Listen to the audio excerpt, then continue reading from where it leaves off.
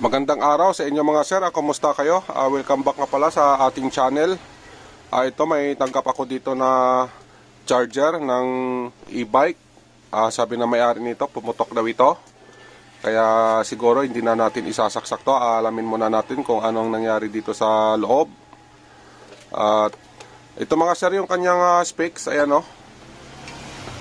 220 volts. Yan, 50 Hz. Ang napansin ko lang kasi dito, bakit ito 50 Hz, nang required kasi dito sa atin, dapat 60 Hz yung gagamitin natin, mga kagamitan. Kasi pag halimbawa na naka 50 Hz ito, di talaga ito tatagal, madaling masira yung mga 50 Hz dito sa atin. Kasi hindi siya suitable sa supply natin na 220 volts na 60 Hz. Ito kasi naka 50 Hz, ayan. At saka ito pa mga sir, yung kanyang specs dito sa baba, yan no. Kaya lang hindi natin mabasa yung lingwahe nito, iba yung lingwahe niya. Ayan, naka 72 volts, 5 ampere, 84 volts, 0.0 volt. Yan, ayun yung mga nakalagay dito. Shout out nga pala dyan sa kapwa din natin na technician, kay Joey Tech, EdTech. Ayan yung mga patuloy na nagbibigay ng kaalaman sa mga newbie, o kung sa mga mahilig dyan sa mga ganito na gawain, at sa mga hindi kaya mag-aral ng electronics, dito na lang sila kumukuha ng idea. Ayan, kagaya sa ginagawa din natin, sinishare din natin yung mga nalalaman natin para din kahit papano makakatulong sa kanila. Ito mga sir, buksan ko lang ito. Alamin natin kung ano yung pumutok dito. Subukan natin ito i-repair, kung magagawa ba natin o kung ano ang maganda na paraan dito. Ayun mga sir, sunog pala yung loob nito, dito sa kanyang primary section.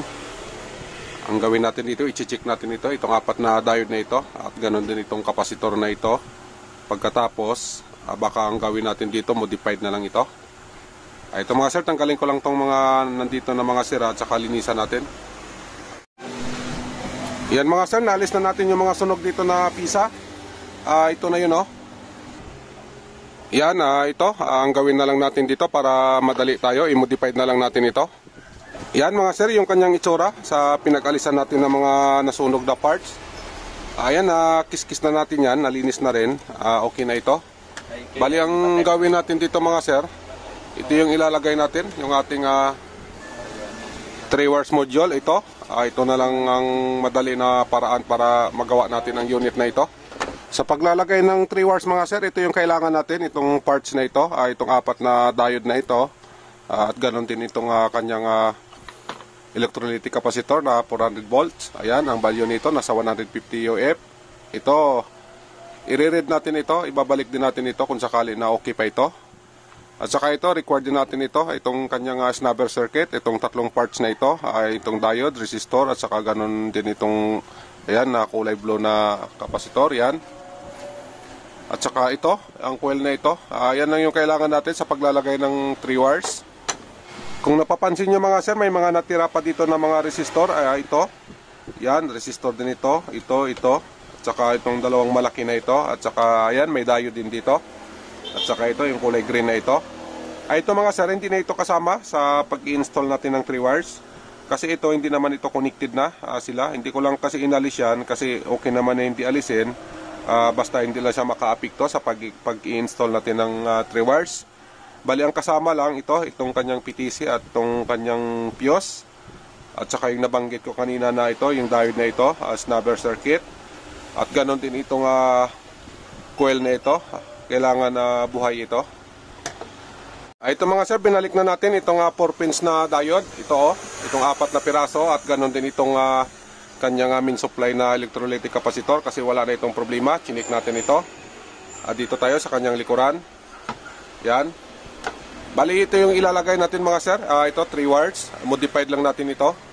Bali, ganito ang paglagay nito. Ito kulay green, black, tsaka red. Yan, 3 wires yan. Bali, ito ang kulay green, dito natin ilalagay sa kanyang feedback. Kasi feedback ito, itong kulay green na ito. Dito mga sir, sa kanyang optocoupler. Dito yan yan. Kasi ang pinout ng optocoupler na ito yung kanyang anode, cathode, emitter, Ito naman yung kanyang kolektor. Bali dito sa kolektor natin siya ilalagay. Kailangan itong kolektor, kailangan na itong kulay green lang yung nakalagay dito, wala nang ibang parts. Ayan, kung mapapansin nyo mga sir, ayan o, yung kanyang line. Ito, clear na ito. Ayan o, hanggang dito siya o. Yan. Wala na siyang ibang parts na kasama dyan. Kundi ilalagay natin siya dyan. Ito lang ang kulay green na ito. At saka ito namang kabila na ito, itong kanyang emitter. Make sure lang natin na connected dito sa hot ground natin. Dito sa sa negative side ng ating electrolytic capacitor. Itong may marker na ito. Ito mga sir, kita natin ang multimeter. Itong kanyang emitter. Dapat connected dito sa hot ground. Ayan mga sir, naka-buzzer mode tayo. Dito, papunta dito sa emitter. Ayan o, connected yan. Yung hot ground natin at saka yung emitter ng ating optocoupler. Yan. Yan yung kailangan na sa paggamit ng feedback. Feedback ng ito, original na feedback nya. Ito namang ating kulay red na ito. Dito naman natin ilalagay. Dito sa pinagtanggalan natin ng IGBT. Ay mga sero, yung 3 butas dyan. Bali ang kinuha natin na pisa dyan. Ito yun o, yung IGBT na ito. Ayan o. Bali ang ilalagay natin itong kulay red na ito. Dito sa gitna. Dito mga sir, sa gitna natin ilalagay. Dito sa kanyang drain. Ito naman yung kanyang gate. Drain. Ito naman yung kanyang source. Pero itong kulay red, ito mga sir, dito natin ilalagay. Yan, gitna na yan. Yung sa kanyang drain. Kasi itong gitna na ito, papunta ito sa coil. Ayan o. Yan yung kanyang coil. Ito yon. Ito yung coil. Yan. At itong block naman, yan, i-connect natin ito sa hot ground natin. Ito yun mga sir, dito sa electrolytic capacitor na ito, may marker na, ayan, negative side niya kasi ito. Dito natin ilalagay itong kulay black na ito. At saka ito mga sir, kung napapansin nyo, ito yung negative side natin, ito yung positive side natin. Yan, positive side ito, ayan yung negative side natin. Yung positive side natin, connected yan dito sa coil. Ito siya, yung positive side natin, ito yung kanyang paa. Connected siya dito sa coil din. Ayan mga sir, yan, yung coil na yan, connected yung positive natin na side ng ating electrolytic capacitor. At dapat ito mga sir, yung kanyang positive side ng electrolytic capacitor, kailangan may ito dito sa pinagkabitan natin ng kulay red na wire. Na dito sa drain ng MOSFET, ito dito na side, kailangan may reading tayo dyan. Ito i-read natin. Yung ating multimeter nga pala, iset lang natin ito sa buzzer mode. Yan mga sir, naka buzzer mode tayo. Dito sa positive side ng ating main supply na electrolytic capacitor. Tsaka dito sa drain, ayan mga sir, yung dito ilalagay yung kulay pula natin. Ayan, connected dyan, yan Yan, connected yan siya. Yan. At saka kailangan mga sir, pag naglagay kayo, halimbawa dito sa positive side na ito, kailangan walang interruption dito na parts. Ayan, kung napapansin nyo, wala naman yan, kundi ang nandyan lang yung kanyang snubber circuit. Ito mga sir, yung kanyang snubber circuit. Ayan, kailangan kasi natin yan. Yan. Kung sa motor pa, yan yung pinaka-suspension niya. At saka ito naman yung negative line natin, dapat wala ding mga naka-interrupt dyan ng mga ibang parts na nakasagabal.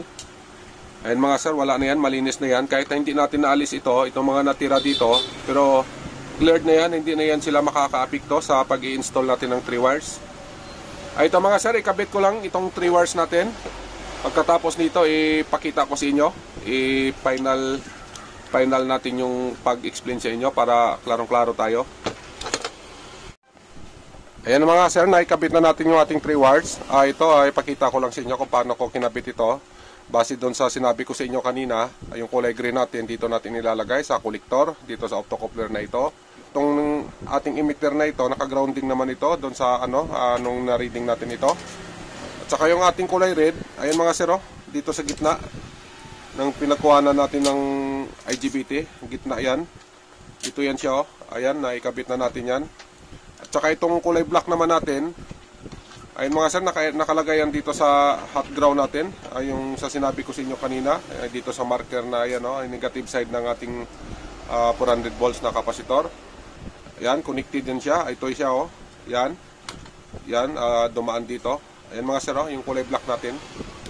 Connected din dyan. Ito, i-plug in natin ito. Try natin kung okay na ba ito, ang ginawa natin. Dito tayo mga sir, abangan natin dito sa kanyang output. Ito yung kanyang negative side. May sign naman ito na negative. Ayan mga sir, oh, yung kanyang sign na negative, ito. Yan, ito yung kanyang negative sign. Ito naman yung kanyang positive sign dito sa kabila. Bali, ang paglagay natin ng ating panukat, ganun din. Ito yung positive natin, dito natin ilalagay sa positive. Yung negative natin dito din sa kanyang negative side. Yan, at saka yung ating multimeter nga pala, set na lang natin ito sa DC volt. Ito, naka DC volt naman, naka auto rinse. Ito mga sir, plug in na natin. Wait lang, namatay. Ayan, naka auto rinse tayo. Naka DC volt. Ito, plug in ko lang dito sa ating outlet. Abangan natin dito mga sir, yung ating multimeter. Output niya ito. Malalaman natin kung okay na yung ginawa natin. Magkakaroon tayo dito ng output. Ito, plug in ko lang. Ayun mga sir, oh. Yan, may na-reading tayo dyan na 64 volt. Ayan, buhay na yung ating secondary. Ibig sabihin, okay na rin yung ating primary kasi nagkaroon tayo ng secondary. Ayun mga sir, okay na ito. Bali, ang gawin ko na lang dito, ilalagay natin dito sa kanyang box. Pagkatapos nito, ito, patayin ko lang muna. Pagkatapos nito mga sir, itong ating kinabit na 3 wires, yan, lalagyan natin ito ng heatsink.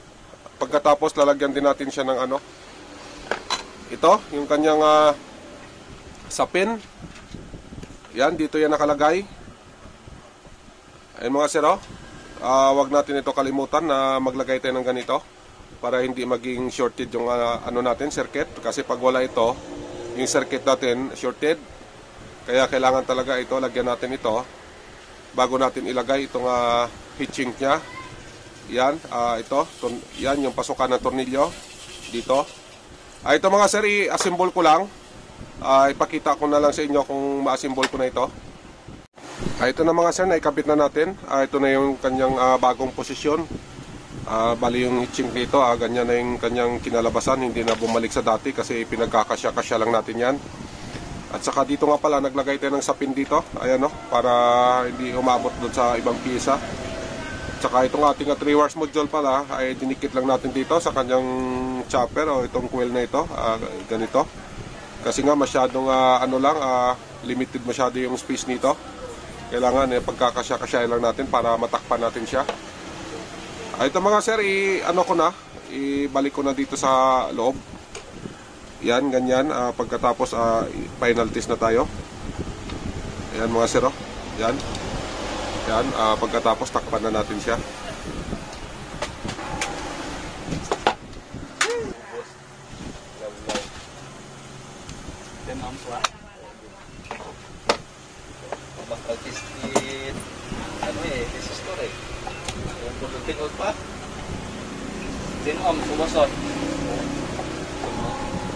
Ito mga sir, natakpan din natin ang unit.